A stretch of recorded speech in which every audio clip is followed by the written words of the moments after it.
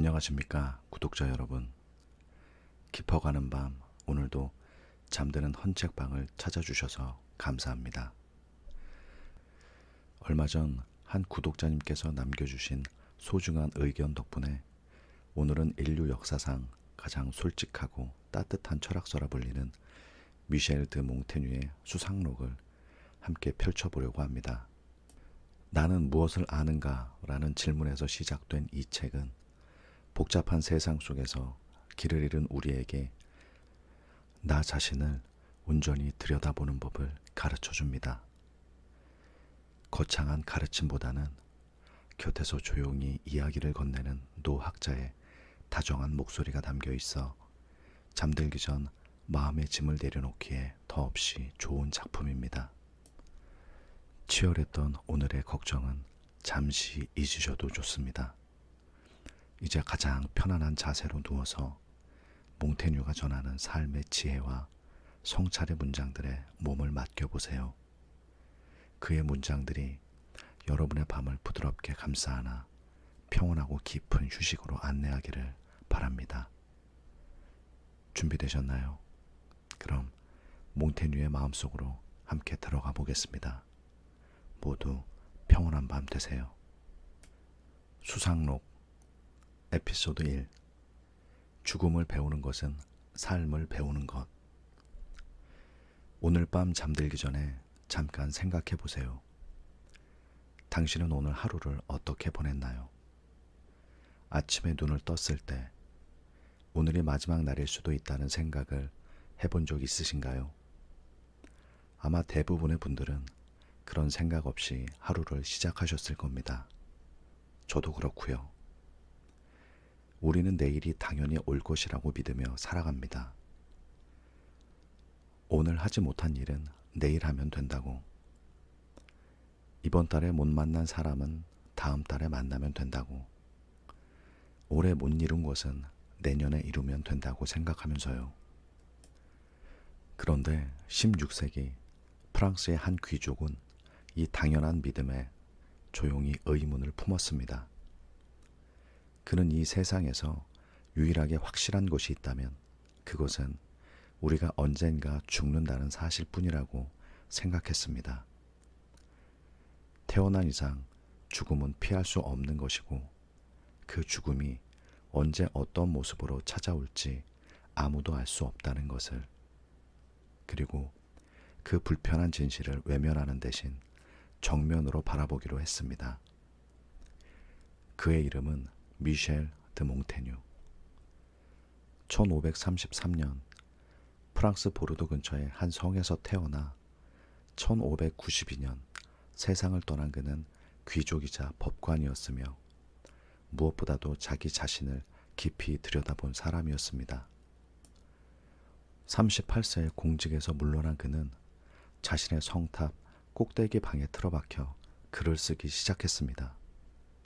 자신의 두려움, 자신의 습관, 자신의 어리석음, 그리고 자신이 언젠가는 반드시 죽을 존재라는 사실을 정면으로 바라보면서요. 그 글들이 모여 지금 우리가 수상록이라고 부르는 책이 되었습니다. 오늘 밤 우리가 함께 읽어볼 이야기는 바로 그 몽테뉴의 이야기입니다. 죽음에 대하여, 그리고 그 죽음을 바라봄으로써 비로소 살아있다는 것이 무엇인지 알게 되는 이야기입니다. 어둡거나 무거운 이야기가 아닙니다. 오히려 우리가 지금 이 순간을 얼마나 소중히 여겨야 하는지를 일깨워주는 따뜻하고 조용한 이야기입니다. 천천히, 느긋하게 그냥 들으세요. 잠이 오면 자도 됩니다. 이 이야기는 당신이 눈을 감고 있는 동안에도 계속 흘러갈 겁니다. 철학을 한다는 것은 죽는 법을 배우는 것이다. 몽테뉴는 젊은 시절부터 죽음이 두려웠습니다. 누구나 그렇듯 그도 처음에는 죽음이라는 단어를 입에 올리기조차 꺼렸습니다. 연회 자리에서 누군가 죽음 이야기를 꺼내면 사람들은 화제를 돌리고 아이들 앞에서는 절대 그런 말을 하지 않았습니다. 마치 죽음에 대해 말하지 않으면 죽음이 우리를 찾아오지 않을 것처럼 그 시대 사람들도 지금 우리도 그런 면에서는 크게 다르지 않습니다. 하지만 몽테뉴는 어느 날 깨달았습니다. 우리가 아무리 죽음을 외면해도 죽음은 우리를 외면하지 않는다는 것을. 길을 걷다가 갑자기 찾아오는 사고도, 침대에서 아무 예고 없이 시작되는 발작도, 아무 이유 없이 몸속에서 자라나는 병도, 죽음은 언제 어디서나 우리 곁에 있었습니다. 그리고 그 죽음을 피하려 한다고 해서 피할 수 있는 것이 아니었습니다. 봄꽃이 피면 반드시 지듯이 우리도 그 흐름 안에 있었습니다. 고대 로마의 철학자 키케로는 말했습니다. 철학을 한다는 것은 죽는 법을 배우는 것이라고. 몽테뉴는 이 말을 마음속 깊이 새겼습니다. 죽음을 배운다는 것이 삶을 배우는 일과 같다는 것을 그는 직감적으로 알고 있었으니까요. 죽음을 외면하는 사람은 삶도 외면하게 된다는 것을, 반대로 죽음을 응시하는 사람은 삶을 더 선명하게 볼 수 있다는 것을, 죽음이라는 거울을 통해 삶을 비로소 보게 된다는 것을. 그는 이렇게 썼습니다. 어디서 죽음이 우리를 기다리는지 알 수 없다. 그러니 어디에서나 죽음을 기다리자. 처음 이 문장을 읽으면 조금 섬뜩할 수도 있습니다. 항상 죽음을 생각하면서 살라는 말인가 싶기도 하고요. 하지만 몽테뉴의 의도는 그게 아니었습니다. 그는 죽음에 집착하라는 게 아니라 죽음을 낯설지 않게 만들라고 했습니다. 마치 오래된 친구처럼, 두렵지 않은 이웃처럼, 언제 찾아와도 놀라지 않을 만큼 친숙하게. 우리가 죽음을 두려워하는 이유는 무엇일까요? 몽테뉴는 그 이유가 대부분 죽음 자체에 있는 게 아니라 죽음에 대한 상상 때문이라고 했습니다. 우리는 죽음을 모릅니다. 경험해 본 적이 없습니다. 그래서 우리는 죽음을 상상으로 채웁니다. 고통스럽고 외롭고 무서운 무언가로, 어둠 속에서 혼자 기다리는 그 무언가로. 그 상상이 점점 커지고 두꺼워지면서 죽음은 실제보다 훨씬 더 거대하고 끔찍한 무언가가 되어버립니다. 하지만 몽테뉴 주변의 사람들을 보면 실제로 죽음에 다가간 사람들 중 많은 이들이 생각보다 평온했다고 합니다. 전쟁터에서 쓰러진 병사들도, 병상에서 마지막을 맞이한 사람들도 그들의 얼굴에는 공포보다 안식이 더 많았다고 합니다. 몽테뉴는 그 이야기를 들으면서 어쩌면 죽음은 우리가 상상하는 것만큼 끔찍하지 않을 수도 있다는 생각을 하기 시작했습니다. 우리가 진짜 두려워하는 것은 죽음 그 자체가 아니라 죽음을 생각하는 지금 이 순간의 불안일지도 모릅니다. 존재하지 않게 된다는 것, 기억에서 사라진다는 것, 사랑하는 사람들을 두고 떠나야 한다는 것, 아직 하지 못한 것들, 아직 말하지 못한 것들, 이 모든 것이 죽음에 대한 공포의 실체인지도 모릅니다. 죽음 자체가 아니라 죽음이 앗아가는 것들에 대한 두려움. 몽테뉴는 그 두려움을 없애려고 하지 않았습니다. 대신 그 두려움과 함께 앉아 있었습니다. 두려움을 바라보고 그 두려움이 어디에서 오는지 살펴보고 천천히 그 두려움에 익숙해졌습니다. 그리고 그 과정에서 놀라운 일이 일어났습니다. 두려움이 줄어드는 것이 아니라 삶이 커지기 시작한 것입니다. 죽음을 바라봄으로써 삶이 더 선명하게 보이기 시작한 것입니다. 자연의 학교에서 배운 것. 몽테뉴는 48세에 신장결석으로 심한 고통을 겪었습니다. 그 고통이 얼마나 심했는지 그는 죽음이 차라리 낫겠다고 생각할 만큼 힘들었다고 솔직하게 썼습니다. 하지만 그 경험을 통해 그는 중요한 것을 하나 배웠습니다. 고통은 생각보다 훨씬 강렬하게 찾아오지만 동시에 생각보다 훨씬 빠르게 지나간다는 것을. 극심한 고통의 순간에도 마음의 한편에서는 여전히 고요함이 존재한다는 것을. 몸이 고통스럽더라도 마음은 어딘가 한 발짝 물러나서 그 고통을 바라보고 있다는 것을. 말을 타다 낙마 사고를 당한 적도 있었습니다. 빠르게 달리던 말에서 떨어지며 의식을 잃었고 한동안 정신을 차리지 못했습니다. 나중에 그 경험을 회상하며 글을 남겼습니다. 의식이 돌아오는 과정이 편안하고 황홀하기까지 했다고. 고통스럽거나 무섭기는커녕 오히려 이상하게 평화로웠다고. 모든 것이 부드럽고 흐릿하게 마치 물속에 잠기는 것처럼 느꼈다고. 그 상태가 나쁘지 않았다고. 그 경험 이후 몽테뉴는 생각했습니다. 자연은 죽어가는 과정을 그렇게 잔인하게 만들어 놓지 않았을 것이라고.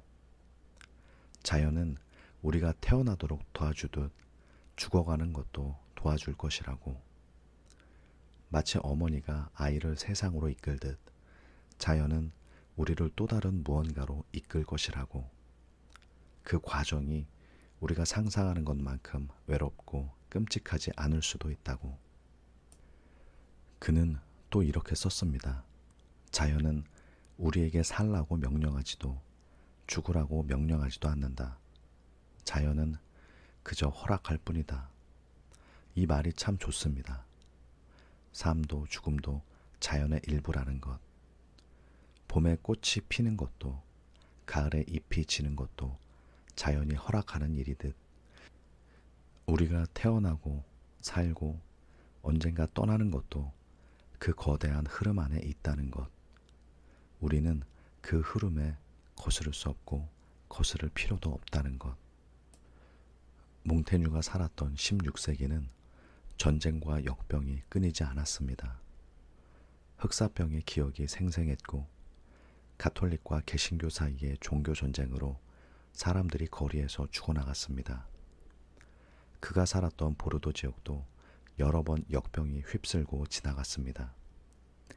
죽음은 멀리 있는 관념이 아니라 문 앞에 와 있는 현실이었습니다. 가까운 이웃이, 어릴 때부터 알던 친구가, 아끼던 하인이 하루아침에 사라지는 일이 반복되었습니다.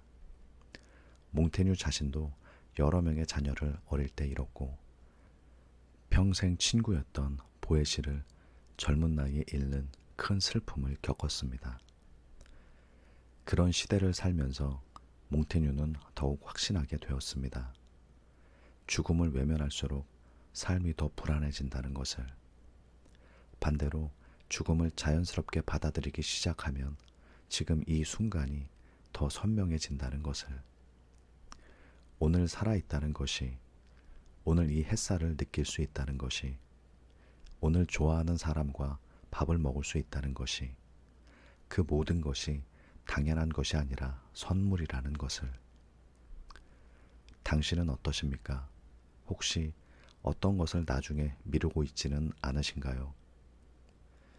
언젠가는 하겠다고, 나중에 시간이 나면 하겠다고 마음속 서랍 어딘가에 넣어둔 것들이 보고 싶은 사람, 하고 싶은 말, 가고 싶은 곳, 시도해보고 싶은 일.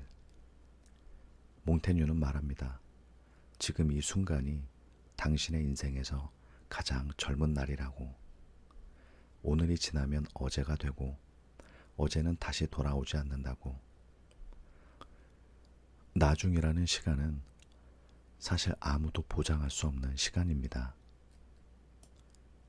현재라는 유일한 집. 몽테뉴는 은퇴 후 자신의 성에 있는 탑 꼭대기 방에 틀어박혀 지냈습니다. 그 방에는 그가 좋아하는 문장들이 천장과 들보에 새겨져 있었습니다. 고대 철학자들의 말, 시인들의 구절, 자신이 직접 쓴 생각들, 무려 57개의 문장이 그 방을 채우고 있었다고 합니다. 그는 그 방에서 책을 읽고 글을 쓰고 자기 자신을 들여다봤습니다. 그 고요한 방이 그의 세계였습니다. 세상의 소란으로부터 물러나 오직 지금 이 순간만을 함께하는 공간. 그런데 흥미로운 것은 그가 그 방에 있을 때 가장 자주 한 생각이 지금 이 순간이었다는 겁니다. 과거를 후회하는 것도 아니고 미래를 걱정하는 것도 아니고 지금 이 의자에 앉아서 지금 이 책을 읽으면서 지금 이 햇살이 창문으로 들어오는 것을 느끼면서 그 아주 작고 평범한 순간들에 완전히 머물러 있는 것. 그것이 몽테뉴가 추구한 삶의 방식이었습니다. 몽테뉴는 이렇게 썼습니다. 내가 아는 가장 위대한 일은 자기 자신의 것이 될 줄 아는 것이다. 자기 자신의 것이 된다는 게 무슨 뜻일까요? 몽테뉴에게 그것은 지금 이 순간에 온전히 있는 것이었습니다. 과거의 기억에 붙잡혀 있지도 않고 미래의 불안에 끌려가지도 않고 지금 여기 살아있는 이 순간에 뿌리를 내리고 있는 것. 바람이 불어도 흔들리지 않는 나무처럼 지금 이 자리에 단단히 서 있는 것. 우리는 얼마나 많은 시간을 지금이 아닌 곳에서 보내고 있을까요? 이미 지나간 일을 곱씹으면서 아직 오지 않은 일을 걱정하면서 몸은 여기 있지만 마음은 어딘가 다른 곳을 떠돌고 있는 시간들. 식사를 하면서도 스마트폰을 보고 누군가와 대화하면서도 다른 생각을 하고 아름다운 경치 앞에서도 사진을 찍느라 정작 그 경치를 눈에 담지 못하는 시간들. 우리의 몸은 현재에 있지만 마음은 과거와 미래 사이를 쉴 새 없이 오가고 있습니다. 몽테뉴는 그것이 얼마나 큰 낭비인지 알고 있었습니다. 왜냐하면 우리가 실제로 살 수 있는 시간은 오직 지금뿐이니까요. 과거는 이미 지나갔고 미래는 아직 오지 않았습니다. 우리에게 주어진 것은 오직 이 순간뿐입니다. 지금 이 호흡, 지금 이 느낌, 지금 이 생각, 그것이 우리가 실제로 살고 있는 유일한 시간입니다. 그는 이런 글도 남겼습니다. 우리는 삶을 제대로 누리는 것보다 삶을 해석하는 데 더 많은 시간을 쓴다고. 살기보다 삶에 대해 이야기하고 느끼기보다 느낌을 분석하고 행복하기보다 행복에 대해 고민한다고.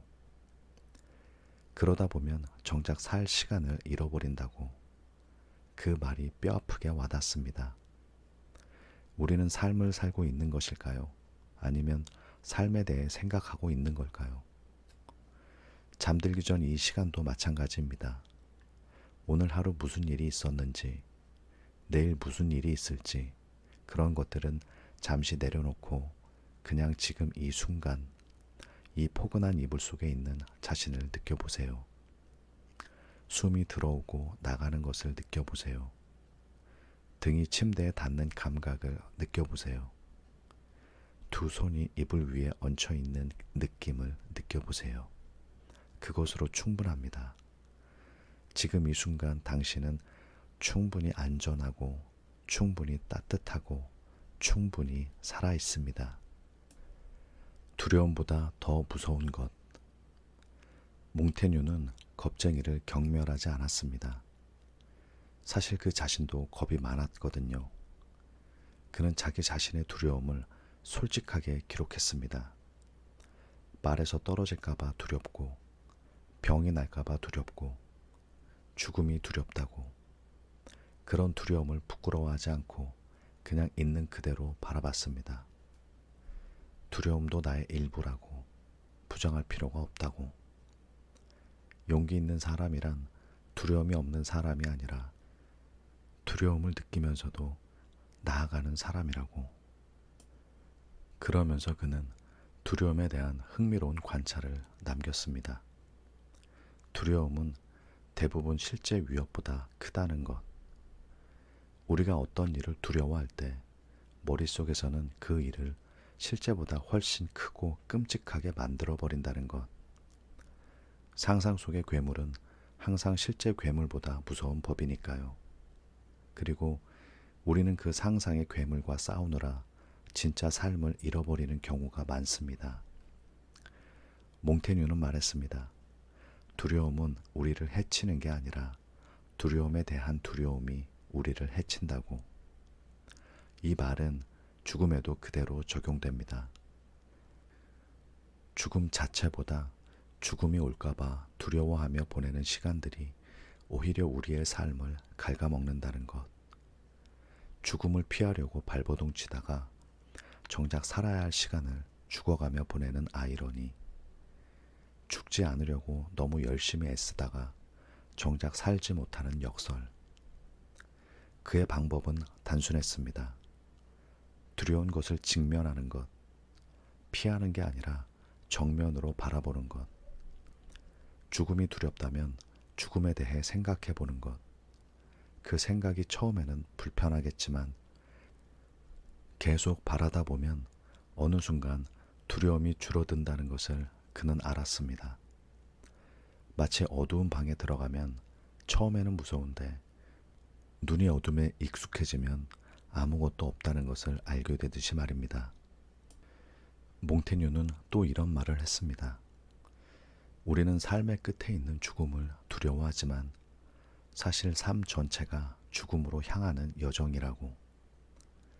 우리는 태어난 순간부터 조금씩 죽어가고 있습니다. 어린 시절의 나는 이미 죽었고 청년 시절의 나도 이미 죽었습니다. 10년 전의 나, 5년 전의 나, 작년의 나. 우리는 매 순간 이전의 나를 보내고 새로운 나로 태어나는 것입니다. 그렇게 보면 죽음은 삶의 끝이 아니라 삶의 일부입니다. 이미 우리는 매 순간 조금씩 죽으면서 동시에 매 순간 조금씩 새롭게 태어나고 있다는 것입니다. 그리고 그것이 나쁜 일이 아닐 수도 있습니다. 어제의 내가 죽어야 오늘의 내가 살 수 있고 오늘의 내가 죽어야 내일의 내가 살 수 있으니까요. 변화는 상실이기도 하지만 동시에 탄생이기도 합니다. 몽테뉴는 그 흐름 속에서 불안해하기보다 그 흐름을 있는 그대로 받아들이려고 했습니다. 충분히 산다는 것. 몽테뉴는 오래 사는 것에 집착하지 않았습니다. 그는 짧게 살더라도 충만하게 사는 것이 낫다고 했습니다. 긴 삶이 반드시 좋은 삶은 아니라고. 100년을 살았어도 매 순간을 흘려보냈다면 실제 산 것이 얼마나 될까요? 반대로 짧은 생이라도 매 순간을 온전히 살았다면 그것은 충분한 삶이라고 몽테뉴는 생각했습니다. 그는 이렇게 썼습니다. 삶의 길이가 아니라 삶의 깊이를 측정하라. 길이가 아니라 깊이. 얼마나 오래 살았는가가 아니라 얼마나 깊이 살았는가. 얼마나 많은 것을 이루었는가가 아니라 얼마나 온전히 살아있었는가. 그 기준으로 보면 매 순간을 충실하게 살아온 평범한 사람의 삶이 대단한 업적을 쌓았지만 삶 자체를 즐기지 못한 사람의 삶보다 훨씬 더 풍요로울 수 있습니다. 몽테뉴는 아주 작은 것들에서 기쁨을 찾는 사람이었습니다. 좋은 와인 한 잔, 친구와의 대화, 책 한 구절, 창문으로 들어오는 빛, 멀리서 들려오는 새소리. 그런 것들을 충분히 누리고 충분히 감사했습니다. 그는 부귀영화를 쫓지 않았습니다. 명예나 권력에 큰 관심이 없었습니다. 그저 자기 자신의 삶을 자기 자신의 속도로 자기 자신의 방식으로 살고 싶었습니다. 한 번은 그가 이런 말을 했습니다. 위대한 삶을 살기 위해 위대한 일을 해야 하는 것이 아니라 평범한 삶을 위대하게 살면 된다고. 특별한 사람이 되려고 애쓰는 것이 아니라 지금 이 자리에서 지금 이 모습으로 충분히 살아있는 것. 그것이 위대한 일이라는 것. 세상을 바꾸지 않아도, 역사의 이름을 남기지 않아도 지금 이 삶을 온전히 사는 것만으로도 충분하다는 것. 당신은 오늘 하루를 깊이 살았습니까? 밥을 먹을 때 밥의 맛을 느꼈습니까? 누군가와 대화할 때 그 사람의 말에 귀를 기울였습니까? 창밖을 내다보며 오늘 하늘이 어떤 색이었는지 기억하십니까? 오늘 만난 사람의 눈빛이 어떠했는지, 오늘 먹은 음식이 따뜻했는지 차가웠는지 그런 것들을 기억하시나요? 우리는 너무 많은 것들을 무의식적으로 처리하면서 지나칩니다. 살고 있지만 살아있지 않은 시간들, 깨어있지만 잠들어 있는 것 같은 시간들. 행복은 어딘가 저 멀리 있는 게 아닐 수도 있습니다. 지금 이 자리에 이미 씨앗처럼 뿌려져 있을 수도 있습니다. 우리가 그것을 보지 못하는 건 너무 먼 곳을 바라보고 있기 때문인지도 모릅니다. 몽테뉴는 그 씨앗을 찾으러 멀리 가지 않았습니다. 그냥 자신의 방에 앉아서 지금 이 순간에 있는 것들을 바라보았습니다. 몽테뉴는 자신이 죽은 뒤에 무엇이 남을까를 자주 생각했습니다. 그리고 그 답으로 그는 수상록을 썼습니다.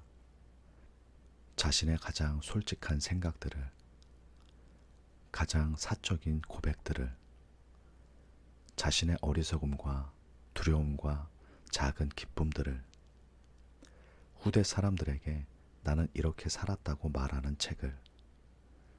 흥미로운 것은 그가 그 책에서 자신을 영웅처럼 그리지 않았다는 점입니다. 오히려 그 반대입니다. 자신이 얼마나 일관성이 없는 사람인지, 얼마나 변덕스럽고 모순적인지를 솔직하게 썼습니다. 그리고 그 솔직함이 오히려 500년이 지난 지금까지 사람들이 몽테뉴를 읽는 이유가 되었습니다. 그의 책에서 우리는 우리 자신을 발견합니다. 그의 두려움에서 내 두려움을, 그의 작은 기쁨에서 내 기쁨을, 그의 모순에서 내 모순을. 500년이 넘는 시간의 간격이 있지만 인간이 느끼는 것들은 크게 달라지지 않았다는 것을. 우리는 그의 글 속에서 오래된 친구를 만납니다. 죽음 앞에서 우리는 결국 무엇을 남기고 싶은 것일까요? 큰 업적이나 명성이 아니라도 됩니다. 내가 사랑했다는 것, 내가 진심으로 살았다는 것, 내가 여기 존재했다는 것, 누군가를 위해 따뜻한 밥을 지었다는 것, 누군가의 말을 끝까지 들어줬다는 것, 그것으로 충분하지 않을까요? 몽테뉴는 말했습니다. 설령 내가 아무것도 이루지 못했다 해도 나는 나의 삶을 충분히 살았다고. 아무것도 이루지 못했더라도 충분히 살았다면 그것으로 족하다는 것. 대단한 사람이 되지 않아도, 역사에 남지 않아도 지금 이 순간 충분히 살아있는 것으로 충분하다고. 오늘 밤 몽테뉴가 우리에게 전하는 이야기는 사실 아주 단순합니다. 죽음을 두려워하지 말라는 것. 죽음을 외면하면 삶도 흐릿해지고 죽음을 바라보면 삶이 더 선명해진다는 것. 그리고 그 선명한 삶 속에서 지금 이 순간을 온전히 누리라는 것. 지금 이 호흡을, 지금 이 온기를, 지금 이 고요함을. 따뜻한 이불 속에서, 안전한 곳에서 숨을 쉬며, 그것이 삶입니다. 지금 이 순간 당신은 살아있습니다. 그 사실 하나만으로도 오늘은 충분합니다. 눈을 감으세요. 오늘 하루 수고했습니다. 몸에 쌓인 피로가 서서히 녹아내리고 마음속의 걱정들이 조금씩 멀어지고 부드러운 잠이 당신을 감싸줄 겁니다. 몽테뉴의 말로 오늘 밤을 마무리하겠습니다. 나의 삶은 내가 알아온 것 중 가장 아름다운 작품이었다. 감사합니다. 오늘 밤 안녕히 주무세요. 몽테뉴의 수상록 에피소드 2 나는 무엇을 아는가? 인간의 무지와 겸손. 안녕하십니까 구독자 여러분. 지난 시간에 우리는 몽테뉴와 함께 죽음에 대해 이야기했습니다. 죽음을 외면하지 않고 정면으로 바라볼 때 오히려 삶이 더 선명해지고 죽음이라는 거울을 통해서야 비로소 삶의 윤곽이 뚜렷해집니다. 오늘 밤은 조금 다른 이야기를 해볼까 합니다. 죽음만큼이나 우리가 외면하고 싶어하는 또 다른 진실, 바로 우리가 얼마나 모르는지에 대한 이야기입니다. 몽테뉴의 서재문에는 이런 문장이 새겨져 있었다고 합니다. 나는 무엇을 아는가? 그것이 그의 평생의 질문이었습니다. 철학자도 귀족도 법관도 아닌 그냥 한 인간으로서 나는 정말 무엇을 알고 있는가? 내가 확신하는 것들이 정말 확실한가? 내가 진리라고 믿는 것들이 정말 진리인가? 이 질문은 단순히 지식에 대한 것이 아니라 어떻게 살 것인가에 대한 질문이기도 했습니다. 이 질문은 처음에는 허무하게 느껴질 수도 있습니다. 모른다는 것을 인정하는 것이 무슨 의미가 있고 차라리 모르더라도 확신하며 사는 게 더 편한 것 아니냐고 말입니다. 하지만 몽테뉴는 달랐습니다. 모른다는 것을 아는 것이야말로 지혜의 시작이라고 생각했습니다.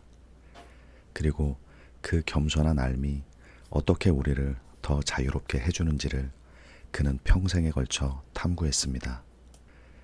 확신의 시대에서의 의심을 선택한 사람. 몽테뉴가 살았던 16세기 프랑스는 확신의 시대였습니다. 가톨릭은 자신들이 진리를 갖고 있다고 확신했고 개신교는 자신들이 진리를 되찾았다고 확신했습니다. 그 두 확신이 충돌하면서 프랑스 전역은 피로 물들었습니다. 위그노 전쟁으로 불리는 이 종교 전쟁은 수십 년에 걸쳐 수십만 명의 목숨을 빼앗았습니다. 이웃이 이웃을 죽이고 형제가 형제를 죽이는 일이 벌어졌습니다. 1572년에 성 바르톨로메오 축일 대학살 때는 단 하룻밤에 수천 명이 목숨을 잃었습니다. 몽테뉴는 그 전쟁의 한가운데에서 살았고 그 사륙의 근원에 확신이 있다는 것을 누구보다 깊이 느꼈습니다. 자신이 옳다는 확신, 상대방이 틀렸다는 확신, 그 두 확신이 만나면 대화가 아니라 전쟁이 됩니다. 몽테뉴는 이 끔찍한 역사 앞에서 조용히 묻기 시작했습니다. 우리가 그토록 확신하는 것들이 정말 확실한 것인가? 내가 목숨을 걸고 싸우는 이 믿음이 정말 절대적인 진리인가? 혹시 나는 내가 어릴 때부터 들어온 말들, 내가 태어난 곳의 관습, 내가 속한 집단의 생각을 그냥 따르고 있는 건 아닌가? 그 질문은 불편했지만 몽테뉴는 피하지 않았습니다. 그리고 그 질문을 파고들면 파고들수록 그는 한 가지 사실에 다다르게 되었습니다. 우리가 알고 있다고 믿는 것의 대부분은 사실 알고 있는 게 아닙니다. 우리가 보는 것은 세상의 극히 일부이고 우리가 경험하는 것은 무한히 복잡한 현실의 아주 작은 단면에 불과합니다. 우리는 그 작은 단면을 가지고 세상 전체를 안다고 착각하며 살아가고 그 착각이 때로는 누구를 죽이는 칼이 됩니다. 몽테뉴는 이렇게 썼습니다. 나는 나 자신을 연구한다. 그것이 나의 물리학이고 나의 형이상학이다. 자기 자신을 연구한다는 것이 학문이 되는 건가 싶을 수도 있습니다. 하지만 그는 진지했습니다. 자신이 어떻게 생각하는지, 무엇을 느끼는지, 어떤 것에 이끌리고 어떤 것에 두려움을 느끼는지를 끊임없이 들여다보았습니다. 그리고 그 과정에서 자신이 얼마나 모르는지를 점점 더 선명하게 알게 되었습니다. 자기 자신조차 제대로 알 수 없는데 세상의 진리를 안다고 말할 수 있겠느냐고 말입니다. 그 깨달음이 그를 겸손하게 만들었습니다. 하지만 그 겸손함은 나약함이 아니었습니다. 오히려 그 겸손 덕분에 그는 더 많은 것을 보고 더 많은 것을 들을 수 있었습니다. 닫힌 확신이 아닌 열린 의심이 그를 더 넓은 사람으로 만들어 주었습니다. 소크라테스의 오래된 지혜. 모른다는 것을 안다는 것. 이 역설 같은 말은 사실 아주 오래된 지혜입니다. 고대 그리스의 철학자 소크라테스는 신탁으로부터 세상에서 가장 지혜로운 사람이라는 말을 들었을 때 의아해했습니다. 자신이 지혜롭다고 생각하지 않았기 때문입니다. 그래서 그는 아테네의 지식인들을 찾아다니며 대화를 나눴습니다. 정치인도, 시인도, 장인도, 그리고 결론에 다다랐습니다. 그들은 모두 자신이 안다고 생각했지만 실제로는 몰랐고, 반면 소크라테스 자신은 적어도 자신이 모른다는 것을 알았습니다. 그것이 차이였습니다. 모른다는 것을 아는 것이 안다는 착각보다 낫다. 몽테뉴는 소크라테스를 깊이 존경했습니다. 그 이유가 바로 여기에 있습니다. 소크라테스는 자신의 무지를 부끄러워하지 않았고 오히려 그것을 출발점으로 삼았습니다. 모른다는 것을 인정할 때 비로소 진짜 탐구가 시작됩니다. 안다는 착각이 탐구를 멈추게 하고 모른다는 인식이 탐구를 계속하게 만든다는 것. 소크라테스는 그 물음으로 아테네 전체를 흔들었습니다. 몽테뉴도 마찬가지였습니다. 그는 자신의 수상록에서 끊임없이 이렇게 말합니다. 나는 잘 모르겠다. 아마도 그럴 것이다. 하지만 확실하지는 않다. 이런 식의 표현이 그의 글 전체에 흐릅니다. 어떤 사람들은 이것을 우유부단하다고 비판했습니다. 하지만 몽테뉴에게 그것은 정직함이었습니다. 확실하지 않은 것을 확실한 척 말하지 않는 정직함. 모르는 것을 안다고 말하는 거짓보다 모른다고 말하는 진실이 더 낫다는 믿음. 우리는 얼마나 자주 확실하지 않은 것을 확실한 척 말하고 있을까요? 뉴스를 보고 세상을 다 아는 것처럼 말하고, 책 한 권을 읽고 그 주제의 전문가인 것처럼 이야기하고, 한쪽 이야기만 듣고 모든 것을 안다는 판단. 몽테뉴는 그런 섣부른 확신이 얼마나 위험한지를 자신이 살았던 시대의 전쟁에서 직접 목격했습니다. 그리고 그 위험으로부터 벗어나는 유일한 길은 겸손이라는 것을 알았습니다. 모른다고 말하는 것은 용기가 필요한 일입니다. 특히 모두가 확신하고 있을 때 혼자 나는 모르겠다고 말하는 것은 쉽지 않습니다. 하지만 몽테뉴는 그 용기를 택했고 확신의 대열에서 물러나 조용히 혼자 의심하는 쪽을 택했습니다. 그리고 그 의심이 그를 더 자유롭게 만들었습니다. 판단하기 전에 멈추는 것. 몽테뉴는 판단을 서두르지 않았습니다. 그는 어떤 사람이나 사건에 대해 결론을 내리기 전에 오랫동안 생각했습니다. 다른 관점도 살펴보고 반대 의견도 진지하게 들어보고 자신이 놓치고 있는 것은 없는지 살폈습니다. 그리고 그럼에도 불구하고 종종 이렇게 말했습니다. 나는 아직 잘 모르겠다. 조금 더 생각해 봐야 할 것 같다. 이러한 말들이 그에게는 부끄러운 고백이 아니라 정직한 표현이었습니다. 사실 이러한 말들은 약함처럼 보일 수 있습니다. 하지만 몽테뉴는 그것이 강함이라고 생각했습니다.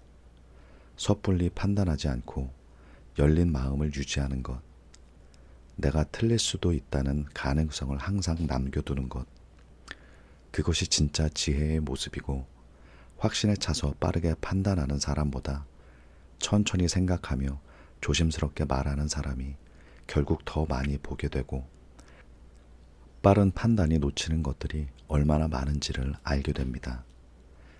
그는 이렇게 썼습니다. 모든 것에는 이유가 있다.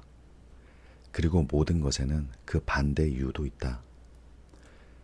어떤 주장이든 반대 주장이 있고, 어떤 진리든 그것을 뒤집는 다른 진리가 있다. 그래서 우리는 항상 겸손해야 한다. 내가 옳다고 해서 상대가 반드시 틀린 게 아니고, 두 개의 다른 진실이 동시에 존재할 수 있다는 것을 받아들여야 한다. 세상은 하나의 정답만 있을 만큼 단순하지 않다. 오늘날 우리가 사는 세상을 보면 몽테뉴의 이 말이 얼마나 절실한지 느껴집니다. 소셜미디어에서는 모든 것이 흑백입니다. 내 편과 내 편, 옳음과 그름, 복잡한 현실을 단순하게 나누고 빠르게 판단하고 강하게 확신합니다. 그러다 보면 진짜 이해는 점점 멀어지고 오해와 충돌만 깊어집니다.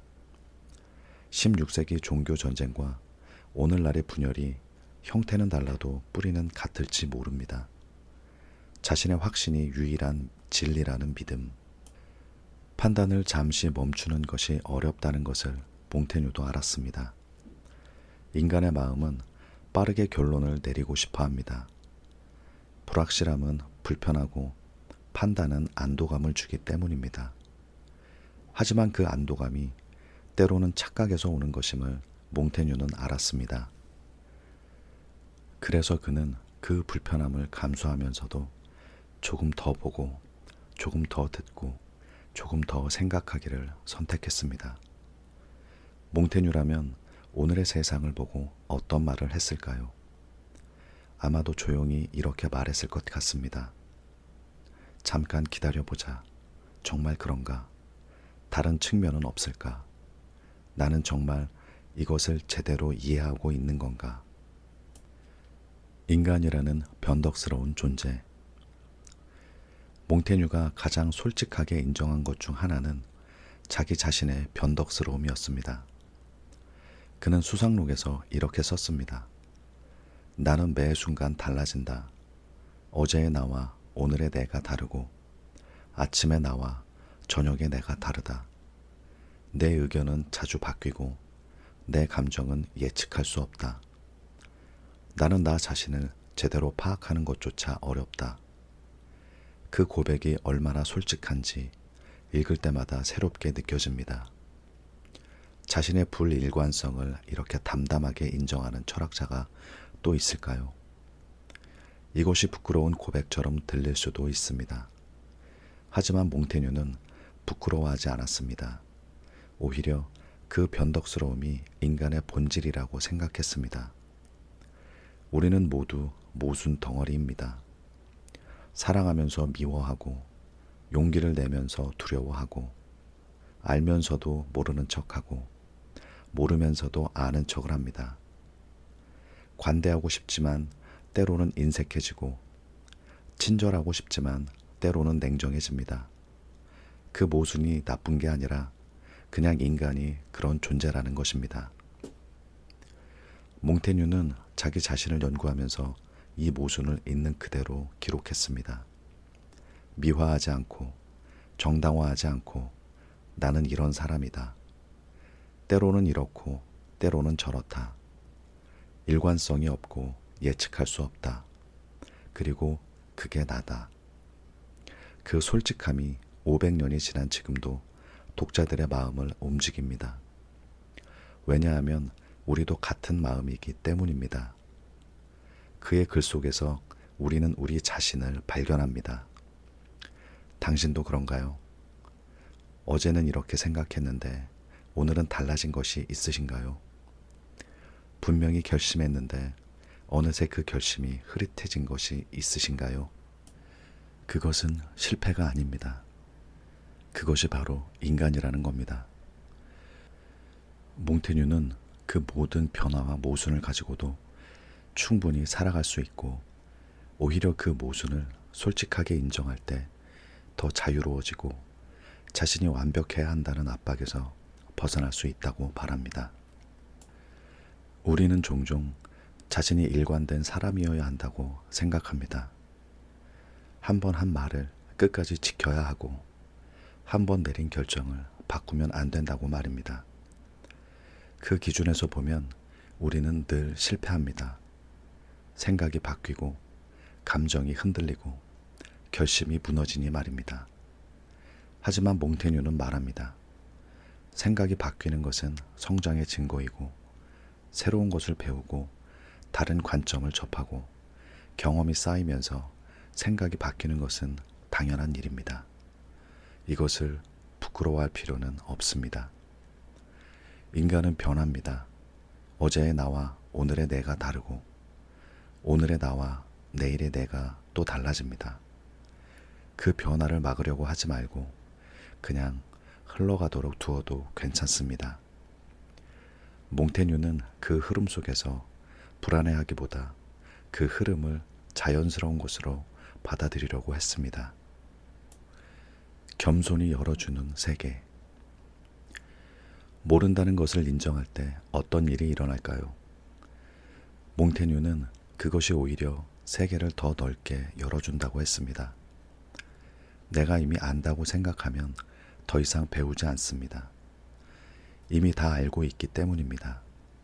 하지만 내가 모른다는 것을 알면 모든 것이 새롭게 보이기 시작합니다.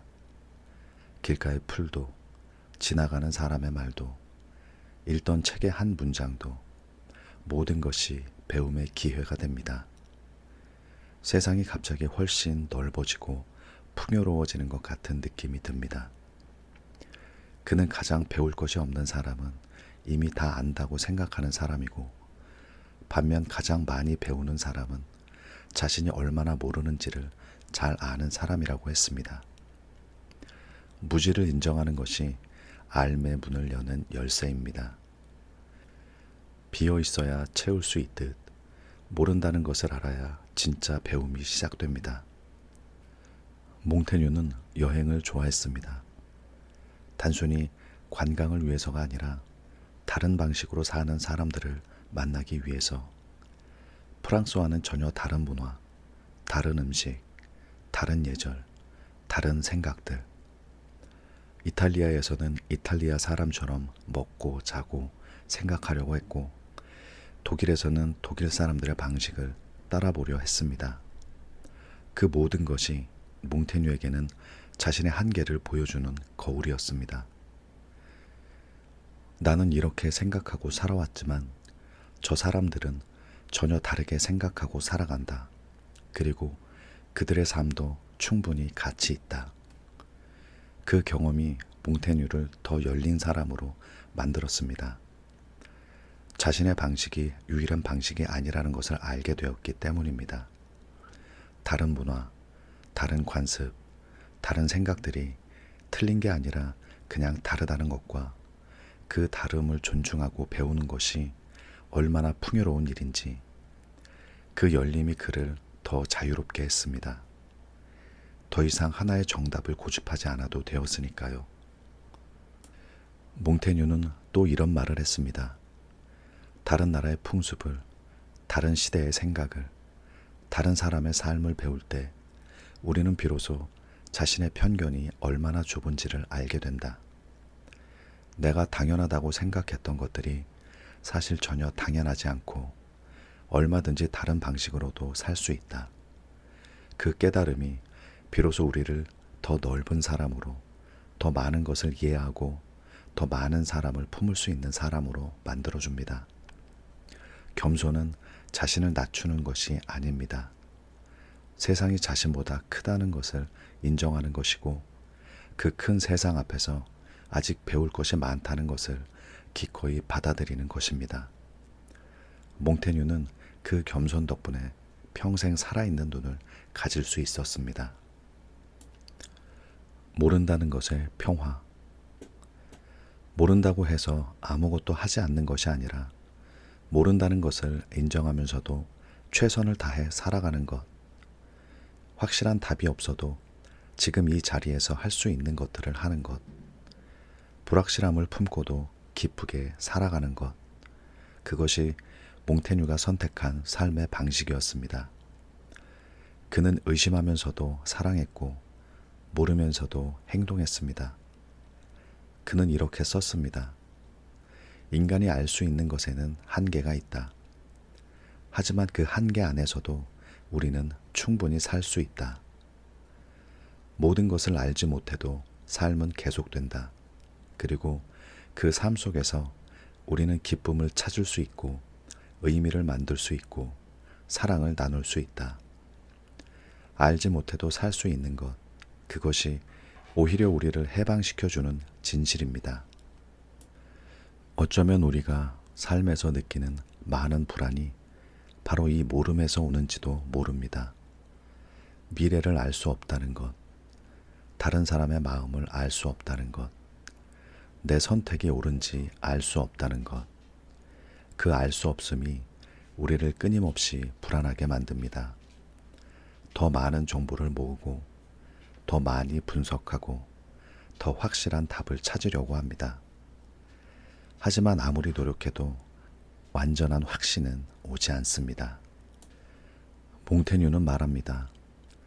그 알 수 없음을 받아들이면 오히려 평화가 찾아오고 모름과 싸우는 것을 멈출 때 비로소 지금 이 순간을 살 수 있다고. 모든 것을 알아야만 안심할 수 있다고 생각하면 우리는 영원히 안심할 수 없습니다. 세상은 너무 복잡하고 미래는 너무 불확실하고 인간은 너무 변덕스럽기 때문입니다. 하지만 모른다는 것을 자연스러운 것으로 받아들이면 지금 이 순간을 있는 그대로 살 수 있습니다. 몽테뉴는 자신이 무엇을 모르는지를 아는 것, 그것이 인간이 도달할 수 있는 가장 정직한 알미라고 말합니다. 그리고 그 정직함 위에 삶을 세울 때 비로소 흔들리지 않는 무언가를 갖게 됩니다. 확신 위에 세운 집은 확신이 무너질 때 함께 무너지지만 겸손 위에 세운 집은 쉽게 무너지지 않습니다. 이미 무너질 것이 없기 때문입니다. 답을 찾지 않아도 확신하지 않아도 그냥 지금 여기 있는 것으로 충분하다는 것.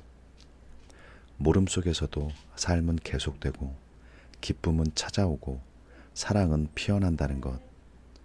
몽테뉴는 그것을 자신의 삶으로 보여주었습니다. 오늘 밤 모르는 것과 함께 쉬세요. 오늘 밤 몽테뉴가 우리에게 건네는 말은 이것입니다. 모르는 것을 부끄러워하지 마세요. 확신하지 못하는 것을 두려워하지 마세요. 당신이 모른다는 것을 아는 것, 그것이 이미 충분히 지혜로운 일입니다. 세상 모든 것을 알아야 한다는 부담, 항상 옳은 판단을 해야 한다는 압박, 흔들리지 않아야 한다는 기대, 그 무거운 짐들을 오늘 밤만큼은 내려놓아도 됩니다. 우리는 너무 많은 것을 알아야 한다는 압박 속에서 살아갑니다. 어떻게 살아야 하는지, 무엇이 옳은지, 어떤 선택이 맞는지, 그 모든 것에 대한 확실한 답을 가져야 할 것 같은 압박. 하지만 몽테뉴는 그 압박을 내려놓아도 된다고 말합니다. 모르는 채로 살아가도 되고 불확실함 속에서도 충분히 아름다운 삶이 가능합니다. 오히려 그 불확실함을 받아들일 때 삶이 더 가볍고 자유로워집니다. 오늘 밤 해결하지 않은 질문들이 있어도 괜찮습니다. 답을 찾지 못한 것들이 있어도 괜찮습니다. 그 모름을 가슴에 안고 그냥 오늘 밤은 쉬어도 됩니다. 내일의 나는 오늘의 나보다 조금 더 알게 될 수 있고 더 모르게 될 수도 있습니다. 그 모두가 괜찮습니다. 삶은 그렇게 흘러가는 것입니다. 몽테뉴의 말로 오늘 밤을 마무리하겠습니다. 나는 무엇을 아는가? 이 질문을 품고 살아가는 것 자체가 이미 충분히 깊은 삶입니다. 답을 갖지 못해도 질문을 품고 있다는 것만으로도 우리는 이미 살아있다는 것입니다. 모르는 것들, 해결되지 않은 것들, 불확실한 것들, 오늘 밤만큼은 다 내려놓아도 됩니다. 당신이 모른다는 것, 그것이 오히려 당신을 더 인간답게 만들어줍니다. 감사합니다. 오늘은 여기까지 하겠습니다. 편안한 밤 되시길 바랍니다. 몽테뉴 수상록 에피소드 3 자기 자신을 아는 것 내면을 들여다보는 삶. 지난 2번의 이야기에서 우리는 몽테뉴와 함께 죽음을 바라보았고 우리가 얼마나 모르는지를 들여다보았습니다. 죽음을 외면하지 않을 때 삶이 선명해진다는 것, 그리고 모른다는 것을 인정할 때 오히려 더 넓은 세계가 열린다는 것을 이야기했습니다. 그 두 이야기가 결국 하나의 방향을 가리키고 있다는 것을 느끼셨습니까? 죽음을 바라보는 것도 무지를 인정하는 것도 결국 같은 곳을 향합니다. 바로 자기 자신을 들여다보는 것입니다. 오늘 밤 몽테뉴가 우리에게 건네는 이야기는 그것입니다. 자기 자신을 아는 것이 무엇인지, 그리고 왜 그 알미 우리를 더 자유롭고 따뜻하게 만들어주는지에 대한 이야기입니다. 자기 자신을 안다는 것이 얼마나 어렵고 동시에 얼마나 가치 있는 일인지를 함께 들여다볼 것입니다. 몽테뉴는 평생 자기 자신을 연구했습니다. 수상록은 그 연구의 기록입니다. 세상에 대한 책이 아니라 자기 자신에 대한 책입니다. 그 책을 쓰면서 그는 이렇게 말했습니다. 나는 세상에서 가장 잘 알고 있는 것을 씁니다. 그것은 바로 나 자신입니다. 하지만 쓰면 쓸수록 자신을 더 모르겠다고도 했습니다. 그 역설이 오늘 밤 우리가 함께 들여다볼 이야기입니다. 편안하게 눈을 감아도 좋습니다. 이 이야기는 귀로만 들어도 충분합니다. 오늘 밤 이 이야기가 끝날 때쯤 당신이 자신에게 조금 더 가까워지기를 바랍니다. 자기 자신이라는 낯선 대륙. 우리는 자기 자신을 잘 안다고 생각합니다. 태어나서 지금까지 자신과 함께 살아왔기 때문입니다. 자신이 무엇을 좋아하고 무엇을 싫어하는지, 어떤 상황에서 기쁘고 어떤 상황에서 화가 나는지, 자신이 어떤 사람인지를 당연히 알고 있다고 생각합니다. 가장 오래 함께한 존재이니 모를 리 없다고 여깁니다. 하지만 몽테뉴는 말했습니다.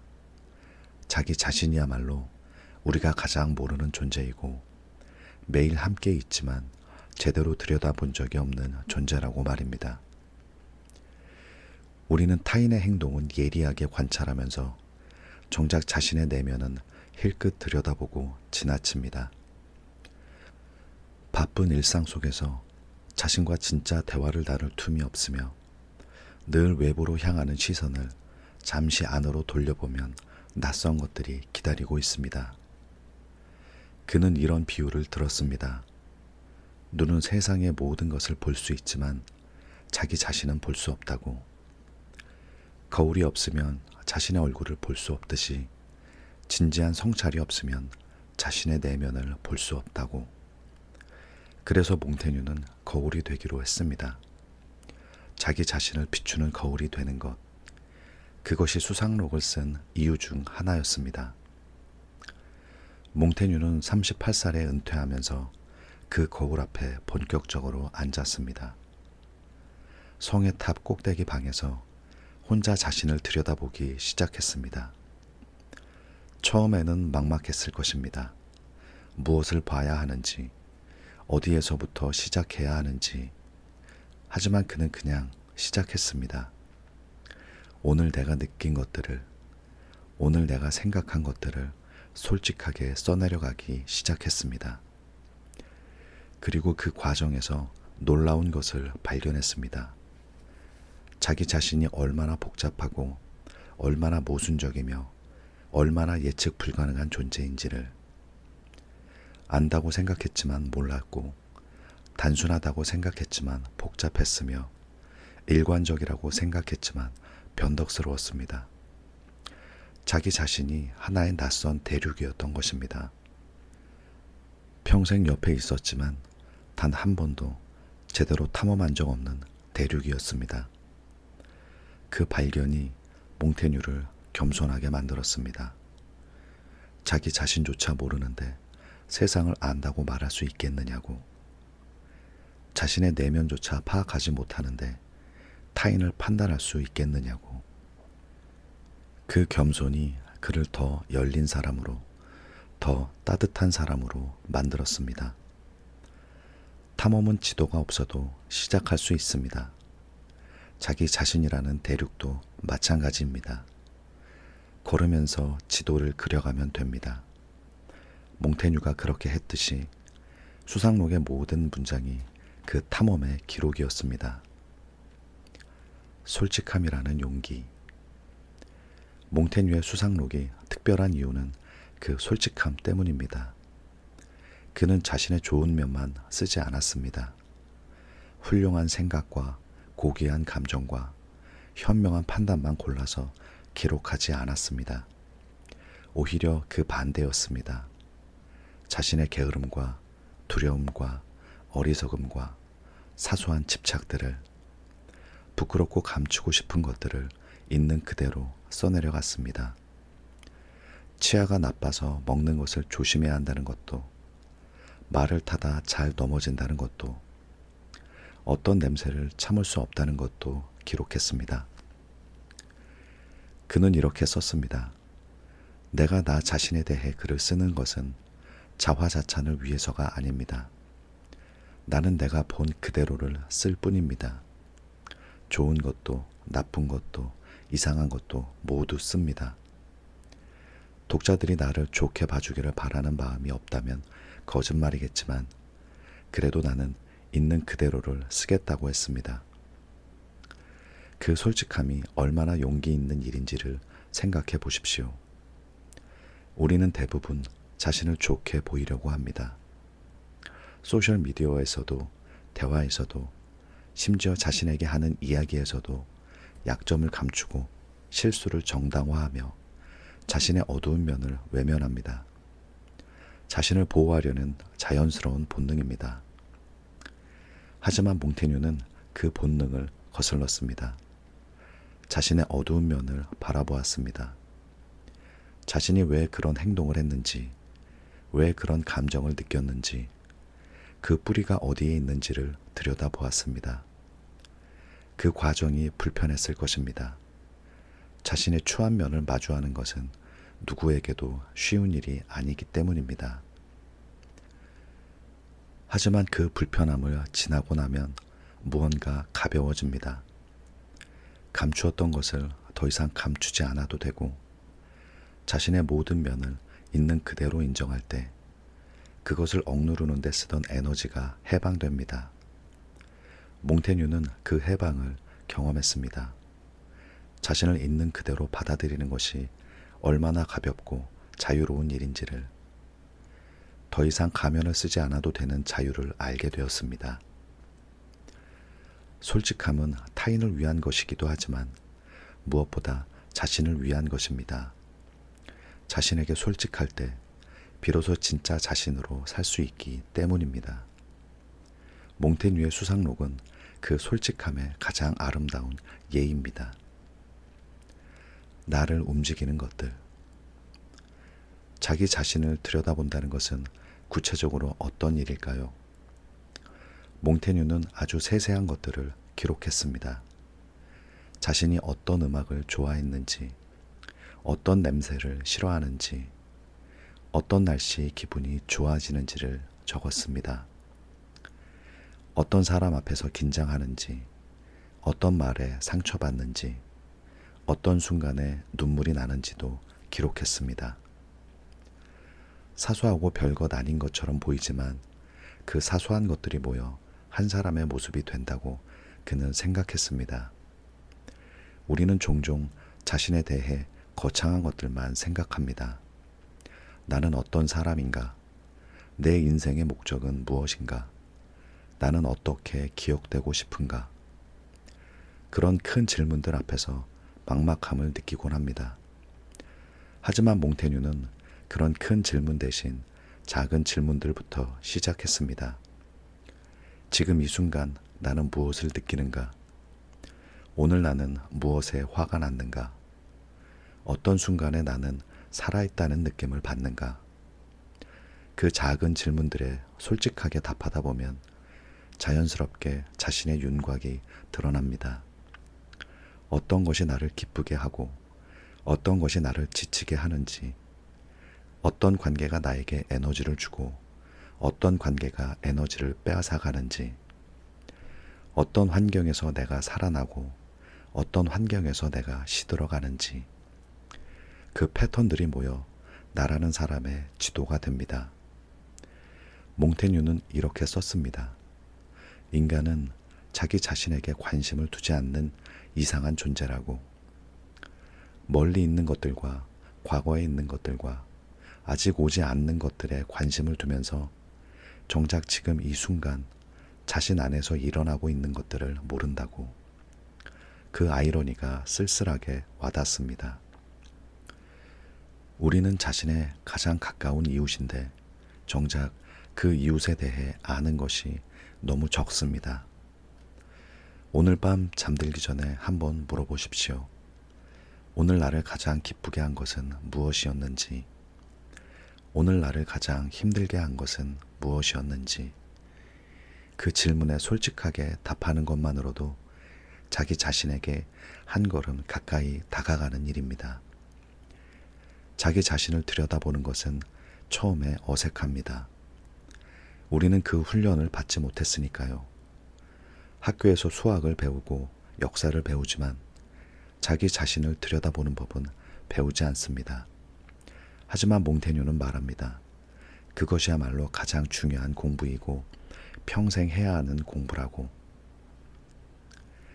자기 자신과 화해하는 것. 몽테뉴가 자기 자신을 들여다보면서 배운 가장 중요한 것 중 하나는 자기 자신과 화해하는 것이었습니다. 우리는 자신에게 꽤 엄격합니다.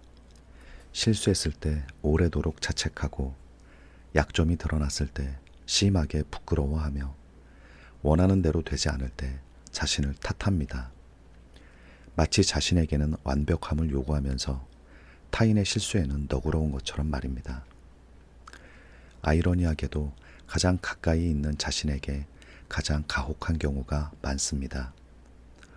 몽테뉴는 그 가혹함을 내려놓으라고 했습니다.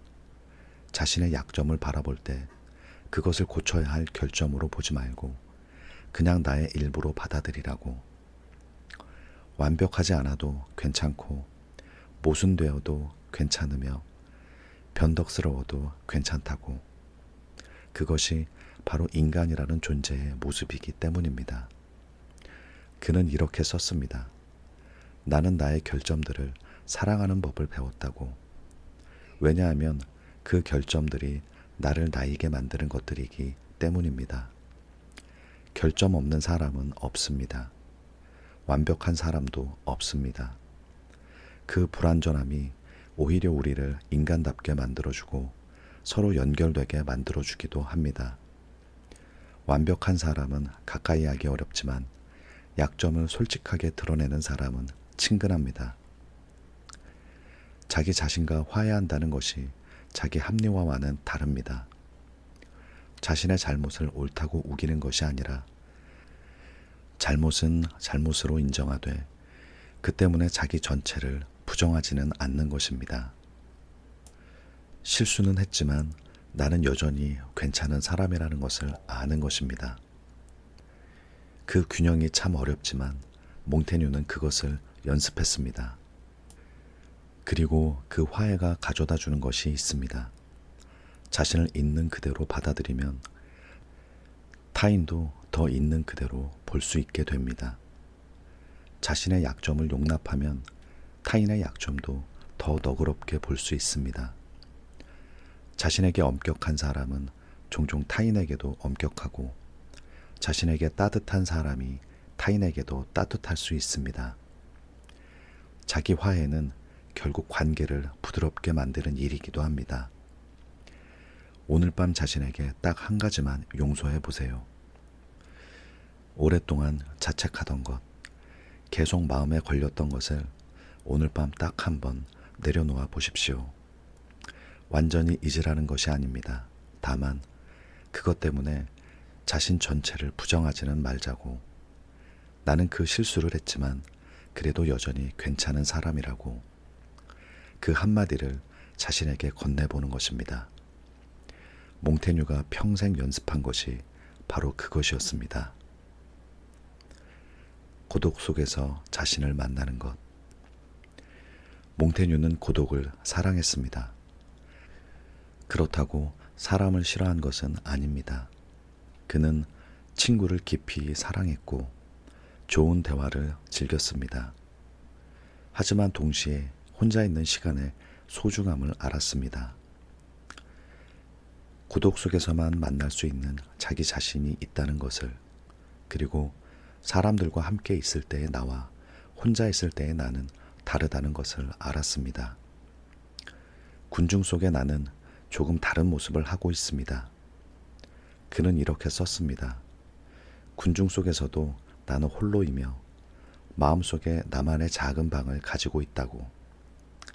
그 방에서 나는 진짜 나를 만납니다. 그 방이 바로 고독의 공간입니다. 외부의 소음이 차단되고 타인의 기대와 평가로부터 자유로워지는 공간이며, 그 공간에서 비로소 자신의 진짜 목소리를 들을 수 있다고 했습니다. 아무도 보지 않을 때의 나, 아무것도 증명하지 않아도 되는 나를 만나는 것입니다. 현대를 사는 우리는 그 고독의 공간을 점점 잃어가고 있는 것 같습니다. 스마트폰이 늘 곁에 있고 알람이 끊임없이 울리며 어딘가에 항상 연결되어 있습니다. 혼자 있는 시간에도 음악을 틀거나 영상을 보거나 누군가에게 메시지를 보냅니다. 아무것도 하지 않는 것이 낭비처럼 느껴지기도 하고 혼자 있는 것이 불안하게 느껴지기도 합니다. 진짜 고독, 아무것도 없이 그냥 자신과 함께 있는 시간은 오히려 드물어졌습니다. 몽테뉴는 그 고독이 두렵다면 그것이 신호라고 했습니다. 자기 자신과 둘이 있는 것이 불편하다면 아직 자신과 화해하지 못했다는 뜻이고 자신을 피하고 있다는 뜻이라고. 하지만 그 불편함을 피하지 않고 조금씩 마주하다 보면 어느 순간 고독이 두렵지 않아집니다. 오히려 고독이 선물처럼 느껴지기 시작하며 자신을 만날 수 있는 소중한 시간으로 변합니다. 고독이 주는 선물이 하나 더 있습니다. 바로 자신의 목소리를 듣는 것입니다. 우리는 하루 종일 수많은 소리를 듣습니다. 타인의 말과 미디어의 소음과 끊임없는 알림들, 그 속에서 자신의 진짜 목소리는 묻혀버리기 쉽습니다. 하지만 고독 속에서 그 모든 소음이 사라지면 자신이 진짜 원하는 것이 무엇인지가 조금씩 들려오기 시작합니다. 지금 이 순간도 어쩌면 그런 시간일 수 있습니다. 잠들기 전 이 고요한 시간, 하루의 소란이 잠잠해지고 주변이 조용해지며 자신의 호흡 소리만 들리는 이 시간이 몽테뉴가 자신의 탑 꼭대기 방에서 누렸던 그 고독과 크게 다르지 않을 수도 있습니다. 지금 이 순간 당신은 자신과 함께 있습니다. 그 시간을 두려워하지 않아도 됩니다. 자기 자신을 아는 것이 곧 타인을 아는 것. 몽테뉴가 자기 자신을 깊이 들여다볼수록 그는 이상한 것들을 발견했습니다. 자신을 알면 알수록 다른 사람들도 더 잘 이해하게 된다는 것을, 나의 두려움이 다른 사람의 두려움과 같고 나의 욕망이 다른 사람의 욕망과 같으며 나의 모순이 다른 사람의 모순과 같다는 것을 말입니다. 자기 자신을 들여다보는 것이 결국 인간을 들여다보는 것이며 가장 개인적인 것이 가장 보편적이라는 역설을 발견했습니다. 그는 이렇게 썼습니다. 모든 사람이 내 안에 있고 나는 모든 사람 안에 있다고. 우리는 서로 다르게 보이지만 가장 깊은 곳에서는 같습니다. 두려워하고 사랑하며 실수하고 후회하고 다시 시작하는 그 인간적인 것들에서 우리는 모두 연결되어 있습니다. 그 연결이 우리를 외롭지 않게 만들어줍니다. 그래서 몽테뉴의 수상록은 자기 자신에 대한 책이지만 동시에 모든 사람에 대한 책이기도 합니다. 그의 이야기에서 우리는 우리 자신을 발견합니다. 500년 전 프랑스 귀족의 일상과 생각이 오늘 우리의 일상과 생각과 닮아 있으며 시대는 달라도 인간이라는 것이 얼마나 비슷한지를 느낍니다. 그의 글을 읽으면 이렇게 느낄 때가 있습니다. 아, 나만 이런 게 아니었구나 라는 것을요. 자기 자신을 잘 알수록 타인을 판단하는 것이 줄어듭니다. 내가 얼마나 모순적인지를 알기 때문에 상대방의 모순을 탓하기 어렵고 내가 얼마나 실수를 하는지를 알기 때문에 상대방의 실수에 더 너그러워지며 내가 얼마나 두려움을 갖고 있는지를 알기 때문에 상대방의 두려움을 이해하게 됩니다. 자기 이해가 깊어질수록 판단 대신 이해가 자리 잡습니다. 결국 자기 자신을 아는 것은 고독한 작업이지만 그 결과는 더 깊은 연결로 이어집니다. 자신을 깊이 아는 사람은 타인도 깊이 이해할 수 있으며 자신에게 따뜻한 사람은 타인에게도 따뜻할 수 있습니다. 자기 자신이라는 낯선 대륙을 탐험하는 여정이 결국 인간이라는 더 넓은 대륙으로 가는 길이 됩니다. 몽테뉴가 수상록을 쓴 이유가 어쩌면 이것이었는지도 모릅니다. 나는 이런 사람이라는 솔직한 고백이 독자에게 전해질 때 독자도 자신을 돌아보게 되는 것입니다. 나 역시 이런 사람이었다는 공감이 500년을 넘어 지금 우리에게 닿고 있으며 그 연결이 우리에게 위로를 줍니다. 나만 이런 게 아니었구나 하는 그 안도감이 몽테뉴가 500년 전부터 지금까지 사랑받는 이유입니다. 오늘 밤 자신에게 돌아오세요. 오늘 밤 몽테뉴가 우리에게 전하는 이야기는 이것입니다. 자기 자신을 들여다보십시오. 거창하게 시작하지 않아도 됩니다. 지금 이 순간 내가 어떤 느낌인지부터 시작하면 됩니다. 피곤한지 편안한지 무언가 마음에 걸리는 것이 있는지를 그 작은 질문에 솔직하게 답하는 것이 자기 자신을 아는 여정의 시작입니다. 멀리 갈 필요가 없습니다. 지금 여기 있는 자신에게로 돌아오는 것입니다. 자신의 약점을 두려워하지 마십시오. 그 약점이 당신을 인간답게 만드는 것이기 때문입니다. 모순을 부끄러워하지 마십시오. 그 모순이 당신이 살아있다는 증거이기 때문입니다. 완벽하지 않아도 됩니다. 완벽한 사람은 어디에도 없으며 불완전한 채로도 충분히 사랑받을 수 있고 충분히 의미 있는 삶을 살 수 있습니다. 몽테뉴는 평생 자기 자신을 연구했지만 마지막까지도 자신을 다 알았다고 말하지 않았습니다. 오히려 들여다볼수록 더 모르겠다고 했습니다. 하지만 그 모름이 그를 멈추게 하지는 않았습니다. 계속 들여다보고 계속 기록하며 계속 질문했습니다. 답이 아니라 질문이 그의 삶을 이끌었으며 그 질문이 그를 더 깊은 사람으로 만들었습니다. 오늘 밤 이불 속에서 하루를 보낸 자신에게 잠깐 안부를 물어보십시오. 오늘 어땠는지, 힘들었는지, 기뻤는지, 무엇이 마음에 남아있는지 그 대화가 짧아도 괜찮습니다. 자신과 대화하는 습관, 그것이 몽테뉴가 평생 했던 일이었습니다. 그 작은 습관이 쌓여서 자기 자신이라는 낯선 대륙의 지도를 조금씩 그려가는 것입니다. 그리고 언젠가 그 지도가 조금 더 선명해질 때 당신은 더 자유로운 사람이 되어 있을 것입니다. 자신을 알기 때문에 두려움이 줄어들고 자신을 받아들이기 때문에 타인도 더 받아들일 수 있으며 자신에게 솔직하기 때문에 삶도 더 가볍게 느껴질 것입니다. 자기 자신을 아는 여정은 끝이 없습니다. 몽테뉴가 수십 년을 써도 다 담지 못했듯이 하지만 그 끝없음이 오히려 아름다운 것입니다. 알면 알수록 더 알고 싶어지는 것, 그것이 자기 자신이라는 존재의 깊이입니다. 그 깊이를 들여다보는 삶, 그것이 몽테뉴가 말한 충분히 사는 삶이었습니다. 몽테뉴의 말로 오늘 밤을 마무리합니다. 나를 연구하는 것은 나의 물리학이고 나의 형이상학입니다. 세상에서 가장 가까이 있는 것이며 세상에서 가장 잘 알 수 있는 것, 그것이 바로 나 자신입니다.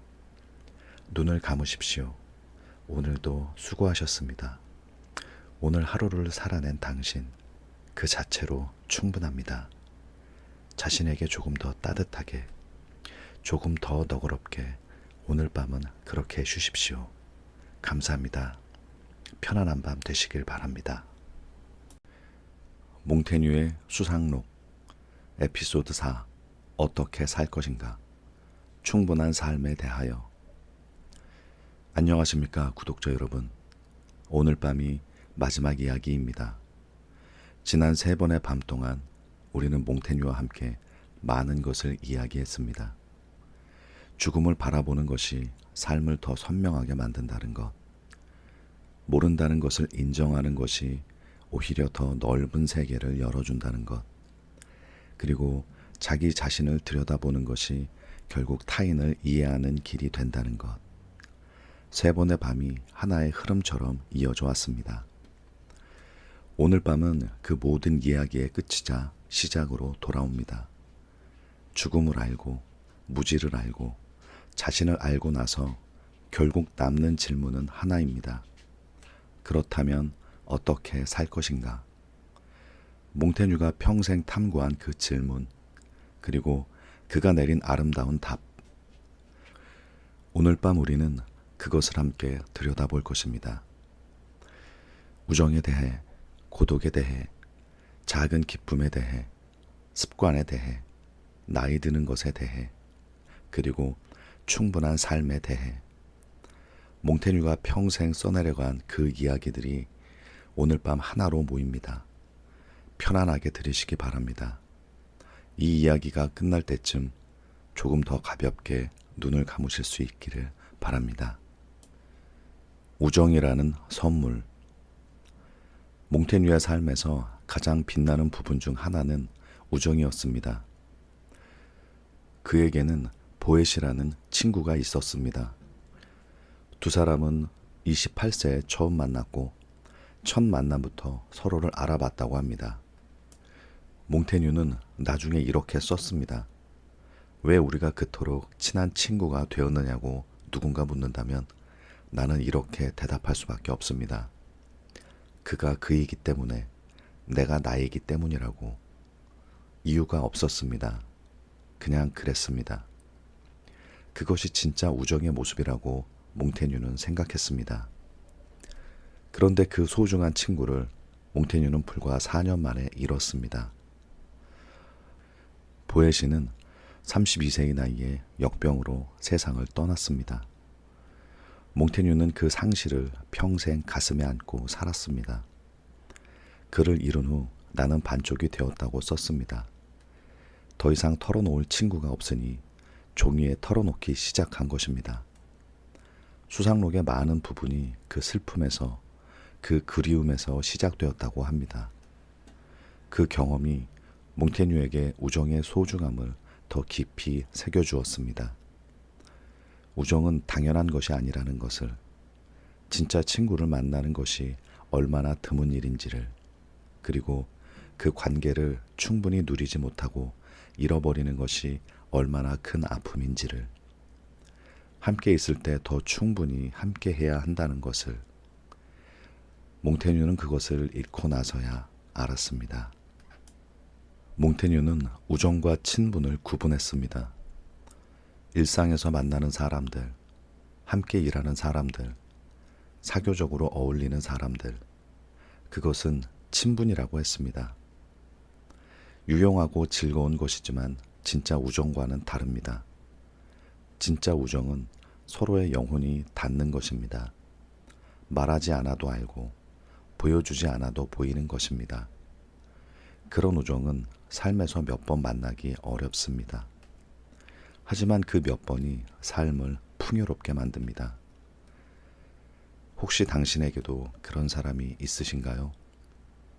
오랫동안 연락하지 못했지만 마음속에 늘 있는 사람, 힘들 때 떠오르는 사람, 잘 됐으면 하는 사람, 그 사람에게 오늘 밤 잠들기 전에 짧은 안부라도 전해보시는 것이 어떨까요? 소중한 것은 가지고 있을 때 충분히 누려야 한다고. 몽테뉴가 보에시를 잃으며 배운 교훈이 바로 그것이었습니다.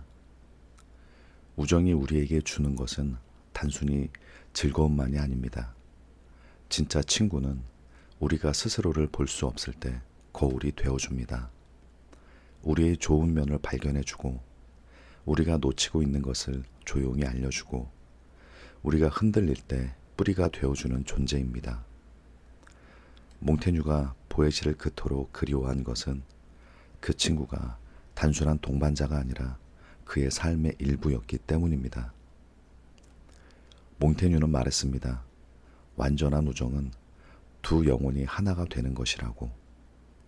하지만 그 하나됨이 각자를 잃게 만드는 것이 아니라 오히려 각자를 더 풍요롭게 만듭니다. 진짜 우정은 서로를 가두지 않고 서로를 더 자유롭게 합니다. 그 자유 속에서 서로를 선택하는 것이 우정의 본질입니다. 고독과 사람 사이. 몽테뉴는 고독을 사랑했지만 동시에 사람을 사랑했습니다.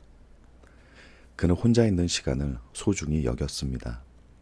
자신의 서재에 틀어박혀 책을 읽고 생각을 정리하는 시간, 아무도 방해하지 않는 그 고요한 시간, 하지만 동시에 좋은 대화를 즐겼고 잘 차려진 식탁에 앉아 친구들과 나누는 이야기를 사랑했습니다. 좋은 와인 한 잔과 함께 밤새 이야기를 나누는 것, 그것도 삶의 소중한 부분이었습니다. 그는 이 두 가지가 모순처럼 보이지만 사실은 하나라고 했습니다. 고독이 깊을수록 만남이 풍요로워지고 좋은 만남 뒤에 찾아오는 고독은 더 달콤합니다. 혼자 있는 시간이 있어야 함께하는 시간이 충만해지고 함께하는 시간이 있어야 혼자 있는 시간이 의미를 갖습니다. 그 두 가지는 서로를 완성합니다. 우리는 종종 이 두 가지 사이에서 균형을 잃습니다. 너무 많은 사람들 속에서 자신을 잃어버리거나 혼자에 너무 익숙해져서 연결을 두려워하거나. 몽테뉴는 그 균형을 찾는 것이 지혜라고 했습니다. 언제 혼자 있어야 하는지, 언제 사람들과 함께 해야 하는지를 아는 것, 그 알미 자기 자신을 아는 것에서 나온다고 했습니다. 자신에게 물어보십시오. 나는 지금 어느 쪽이 더 필요한가? 혼자만의 고요한 시간인가? 아니면 누군가와의 따뜻한 연결인가? 그 질문에 솔직하게 답하는 것이 자신을 돌보는 시작입니다. 몽테뉴는 말했습니다. 군중 속에서도 나는 홀로입니다. 나는 나만의 작은 방을 마음속에 가지고 있습니다. 그 방에서 나는 진짜 나를 만납니다. 오늘 밤 이 고요한 시간이 바로 그 방입니다. 몽테뉴는 또 이렇게 썼습니다. 가장 훌륭한 대화 상대는 때로 자기 자신입니다. 자신과의 대화가 깊어질수록 타인과의 대화도 깊어집니다. 혼자 있는 시간을 잘 보낼 줄 아는 사람이 함께하는 시간도 잘 보낼 줄 압니다. 자신과 먼저 화해하고 그 다음에 세상으로 나가는 것. 그것이 몽테뉴가 말하는 순서입니다. 오늘 밤 이 고요한 시간도 그 균형의 일부입니다. 하루의 만남과 소란이 끝나고 이제 자신과 함께하는 시간입니다. 이 시간을 충분히 누리십시오.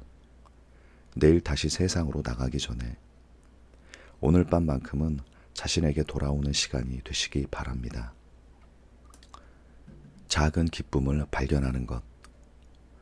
몽테뉴는 거창한 기쁨보다 작은 기쁨을 더 소중히 여겼습니다.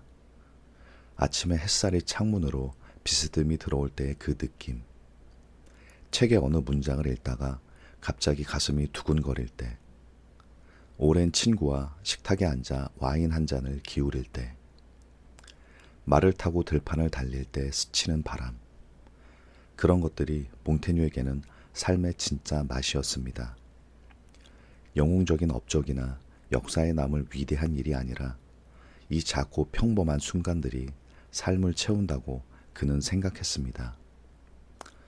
그는 또 이렇게 썼습니다.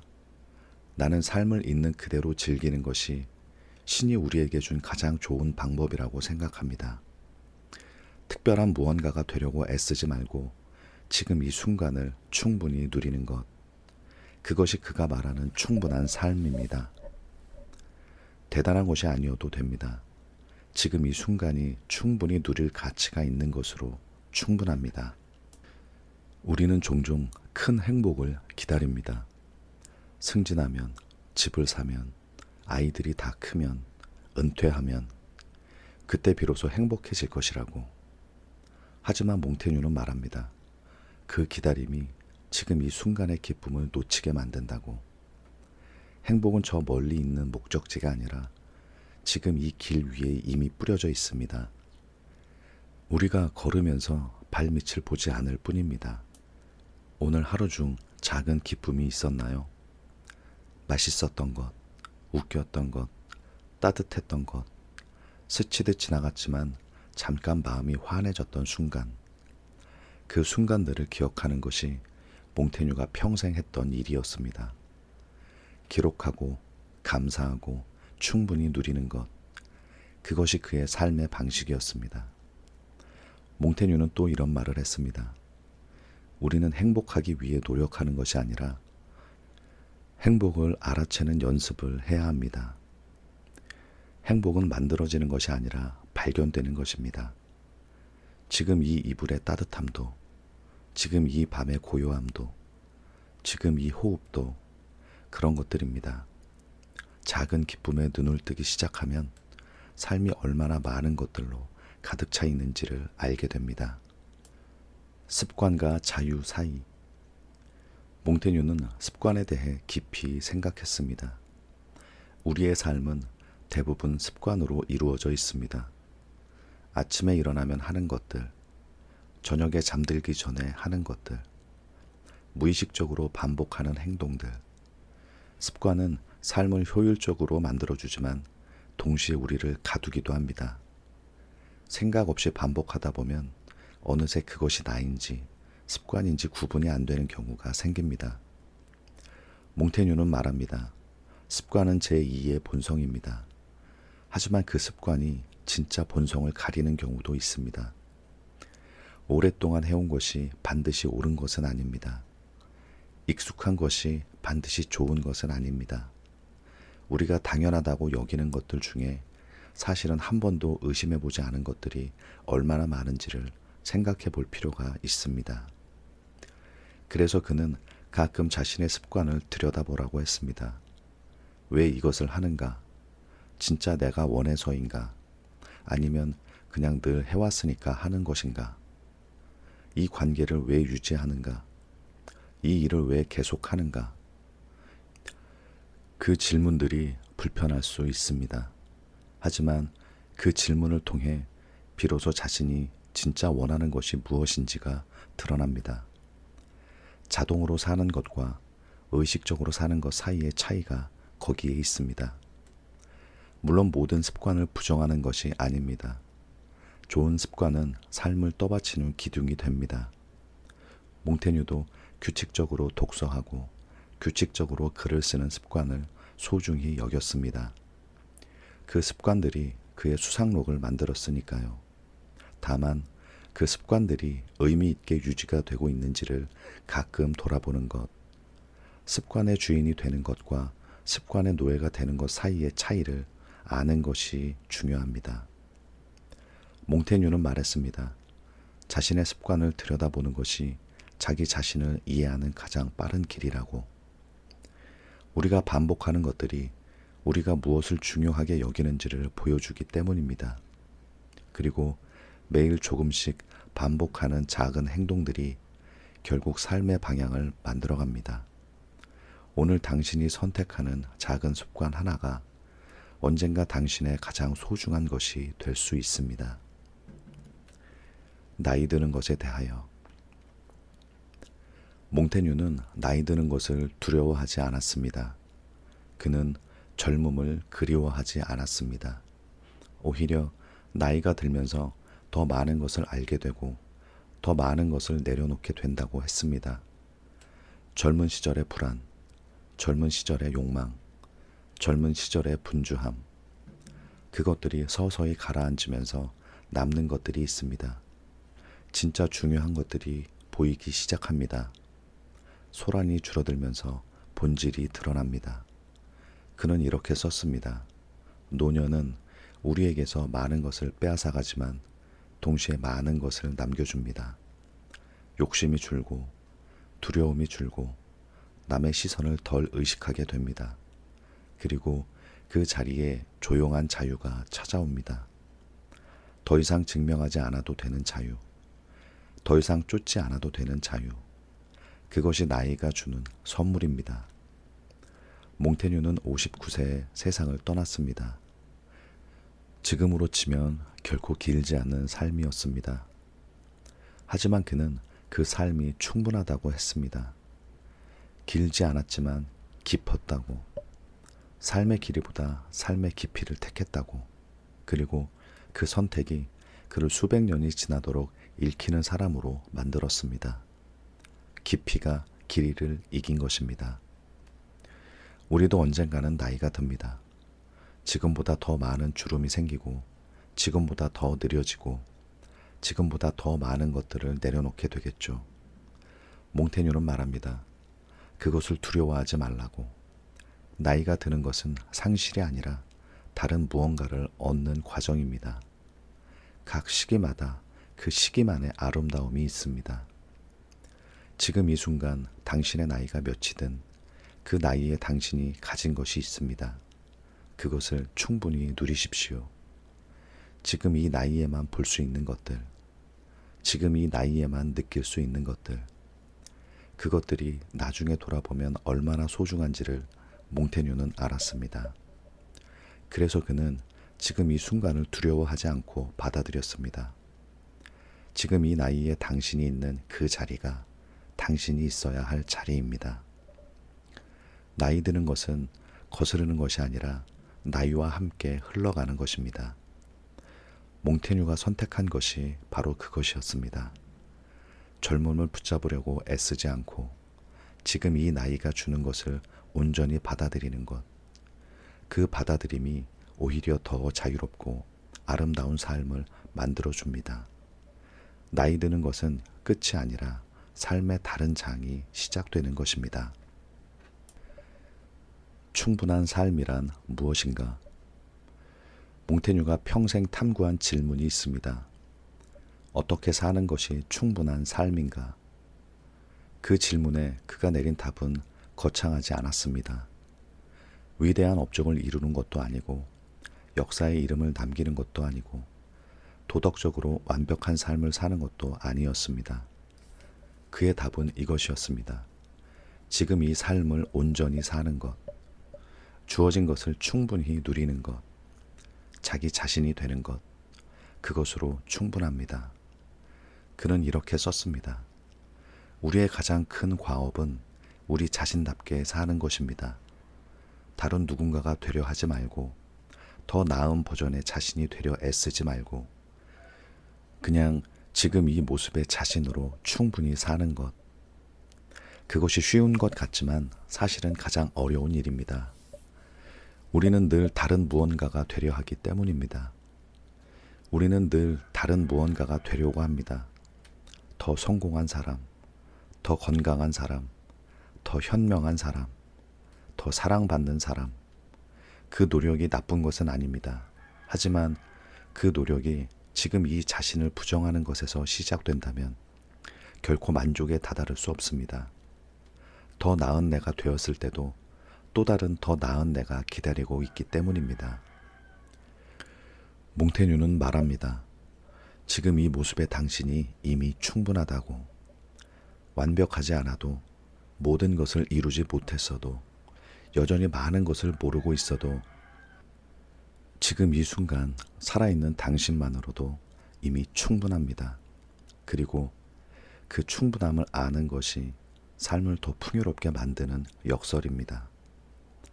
충분한 삶은 완성된 삶이 아닙니다.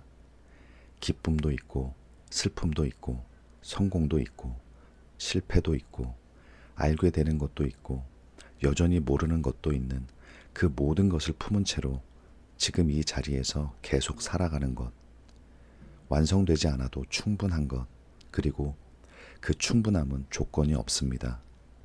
지금 이 순간 살아있다면 그것으로 이미 충분합니다. 오늘 밤 이 말을 가슴에 담아두십시오. 지금 이 모습의 나로 충분합니다. 더 가지지 않아도, 더 이루지 않아도, 더 알지 않아도 지금 이 순간 살아있는 나로 이미 충분합니다. 충분하다는 것을 아는 것, 그것이 몽테뉴가 평생 탐구하고 마침내 도달한 지혜입니다.